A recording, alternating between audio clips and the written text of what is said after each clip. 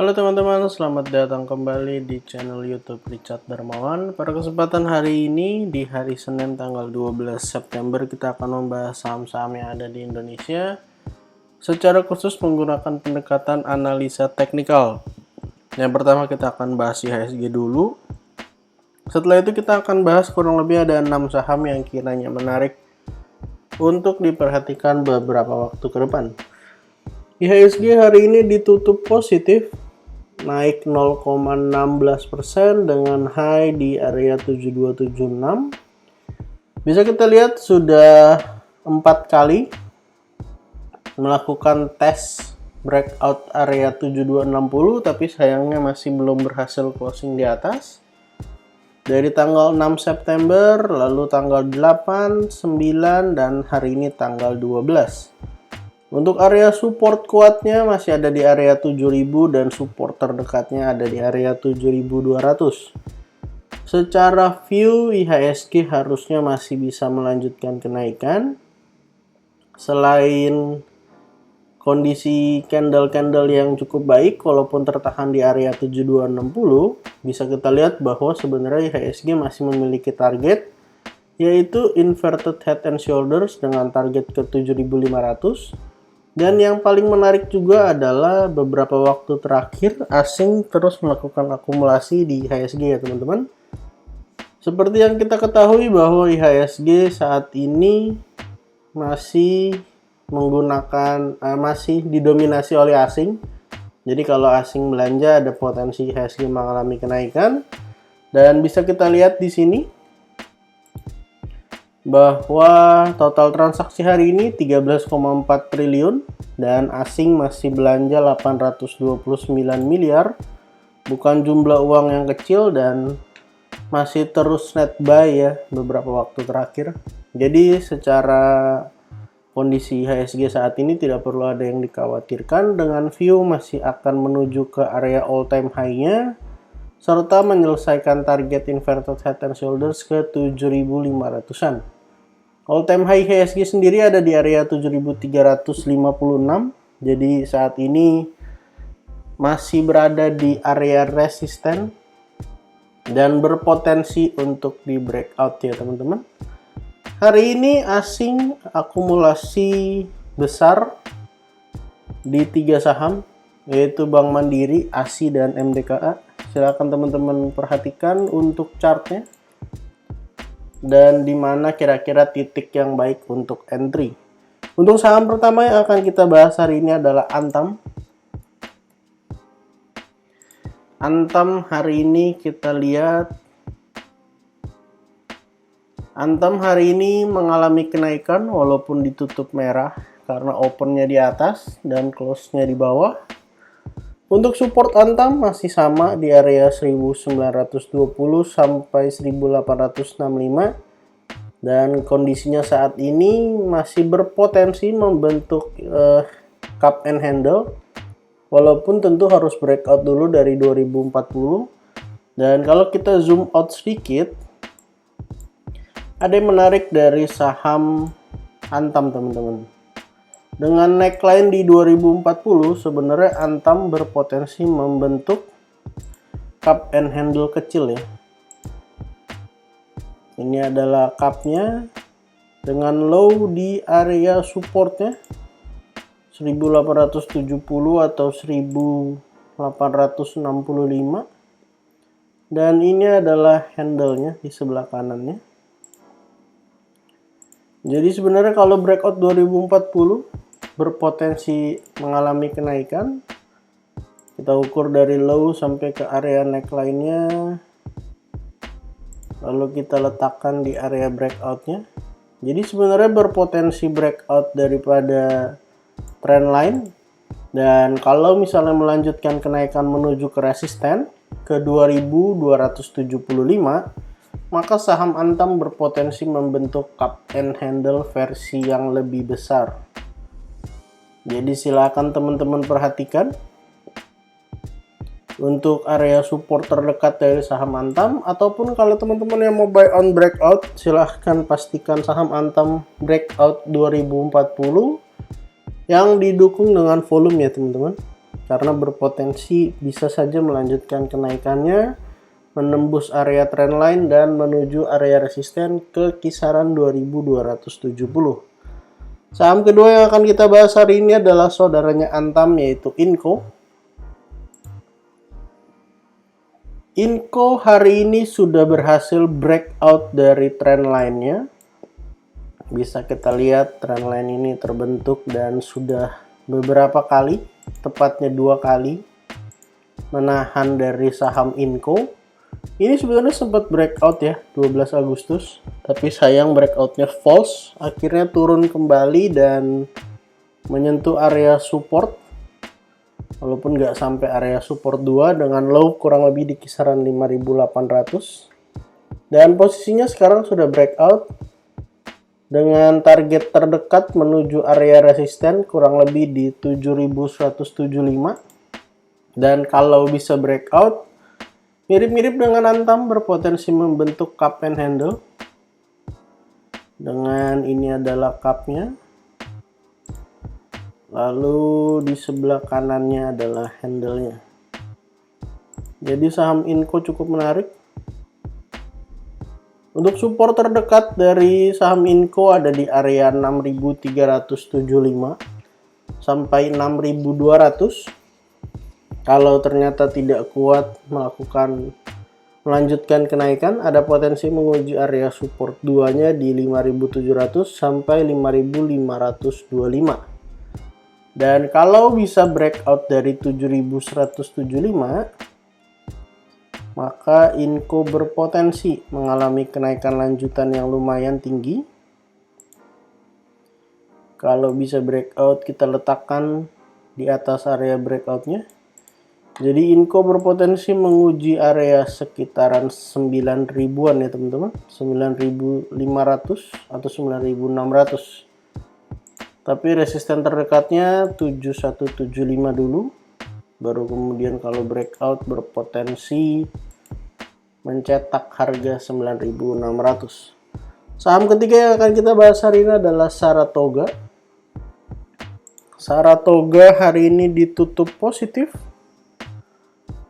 Ditutup mengalami kenaikan 2,15% setelah 3 hari ditutup merah dan menyentuh area low-nya di area supportnya kurang lebih 2730. Beda 1 tick dengan area support yang sudah kita buat. Dan Saratoga ini berpotensi melanjutkan kenaikan karena membentuk sebuah pola cup and handle dengan target terdekat ke area 3.520 yang merupakan juga area resisten dari saham Saratoga. Jadi untuk teman-teman yang tertarik dengan Saratoga, silakan diperhatikan. Kalau besok-besok ada retest lagi area support, ini menjadi kesempatan yang menarik untuk beli karena yang pertama dia membentuk cup and handle, dan yang kedua saham ini sudah berhasil breakout dari downtrend trend line-nya. Jadi sudah berhasil breakout, ada potensi melanjutkan kenaikan. Saham keempat yang akan kita bahas hari ini adalah Bank Mandiri. Bank Mandiri sudah berhasil mencetak all time high-nya dengan high di area 9.200. Kita akan masuk ke monthly, kita lihat apakah benar ini all time high-nya. Dan ya, bisa kita lihat sebelumnya harga tertingginya itu kurang lebih di kisaran 9.050 ataupun sempat dites juga mengalami harga tertinggi di 9.075. Akhirnya sudah berhasil mencetak harga tertinggi kembali Bank Mandiri di area 9.200. Jadi saham Bank Mandiri masih berpotensi untuk melanjutkan kenaikannya karena sudah all time high ya. Artinya sudah tidak ada area resisten lagi yang ada di atas. Bank Mandiri sendiri membentuk sebuah pola yaitu cup and handle dengan target terdekat ke 10.425 Dan ketika breakout 9075, maka Bank Mandiri juga mengkonfirmasi rounding bottomnya dengan neckline di 9075. Jadi untuk teman-teman yang mau buy on weakness, kalau misalnya Bank Mandiri ada koreksi kurang lebih ke area 9000 sebagai angka psikologis, itu menjadi kesempatan yang menarik untuk bisa buy on weakness ya teman-teman, dengan target terdekat 10.425. Dan untuk target dari rounding bottomnya, bisa saja targetnya jauh lebih tinggi potensi kenaikannya. Kita letakkan di area breakoutnya. Jadi untuk rounding bottomnya bisa saja menguji area 10.900-an ya teman-teman. Jadi kalau mau buy on weakness, silahkan beli kalau Bank BRI ada koreksi-koreksi tipis ke area 9.000, ataupun area support 2-nya kurang lebih di 8.800 sampai 8.625. Saat ini fokusnya akan mengalami all time high dan gap yang di bawah seperti terlupakan. Walaupun perlu diingat bahwa Bank Mandiri masih memiliki gap. Di sini gap up 7550 sampai 7450. Saham kelima yang akan kita bahas hari ini adalah ASRI. Saham ASRI hari ini ditutup mengalami kenaikan yang lumayan. Kurang lebih kenaikannya sekitar 6%, 6,56%. Kenaikan yang luar biasa karena disertai dengan volume. Volumenya bahkan lebih besar daripada volume yang ada di bulan Juli dan Agustus. Volume sebelumnya yang cukup besar juga ada di bulan Juni ya teman-teman. Jadi ini cukup menarik untuk saham ASRI. Saham ASRI sendiri saat ini mengkonfirmasi kenaikan dengan membuat sebuah pola yaitu cup and handle. Cup and handle-nya akan kita gambarkan seperti ini. Ini adalah cup-nya dengan neckline di area 192 dan low-nya ada di area 135, dan yang di sebelah kanan adalah handle-nya dengan low-nya sampai di area kurang lebih 149 ataupun 150. Jadi saham ASRI mengkonfirmasi cup and handle dengan target menuju ke area 248, di mana breakoutnya ini with volume, artinya cukup valid untuk breakout dari sebuah saham. Dan untuk support terdekat dari ASRI ada di area 192 sampai 183. Jadi kalau besok-besok ada koreksi ke area 192, 183, ini menjadi kesempatan yang baik untuk bisa buy on weakness.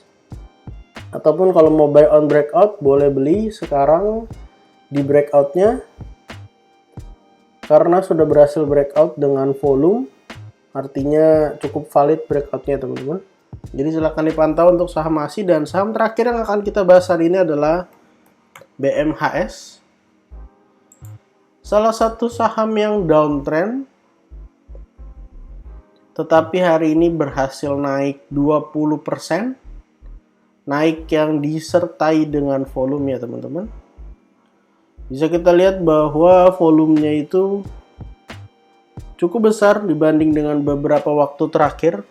Walaupun secara tren memang saham ini jelas downtrend. Yang menarik adalah saham ini memberikan sebuah indikasi positif, yaitu bullish divergence. Karena kalau kita masukkan salah satu indikator ke dalam chart yang ada, maka bisa kita lihat bahwa harganya itu membentuk lower low ya teman-teman. Tapi yang menarik adalah di sini di bagian indikator bisa kita lihat indikatornya itu membentuk high yang lebih tinggi. Jadi dia nggak membentuk low lagi di bawah, tapi dia berhasil membentuk area yang lebih tinggi. Artinya ada potensi pembalikan arah. Dan secara short term harusnya bisa mengalami kenaikan lanjutan. Untuk area support terdekat dari saham BMHS ada di area 610 sampai 580, dan untuk area support 2-nya ada di 540 sampai 530. Untuk resisten terdekat berpotensi menguji area 690. Jadi silakan teman-teman perhatikan, secara volume cukup menarik, cukup besar, dan secara indikator terdapat bullish divergence, jadi berpotensi mengalami kenaikan. Jadi total pada kesempatan hari ini kita ada bahas 6 saham, di mana saham pertama adalah Antam, lalu ada Inco, ada Saratoga, Bank Mandiri, Asri, dan juga BMHS. Disclaimer on untuk semua saham yang saya sebutkan hari ini, bukan ajakan menjual atau membeli, bukan juga rekomendasi. Silakan teman-teman lakukan analisa ulang dan cek-recek kembali kalau ternyata tidak sesuai dengan analisa teman-teman. Silahkan di skip dan cari saham lainnya. Terima kasih untuk teman-teman yang sudah menonton video ini sampai habis. Jangan lupa untuk support channel ini dengan cara like, comment, share, dan juga subscribe. Terima kasih.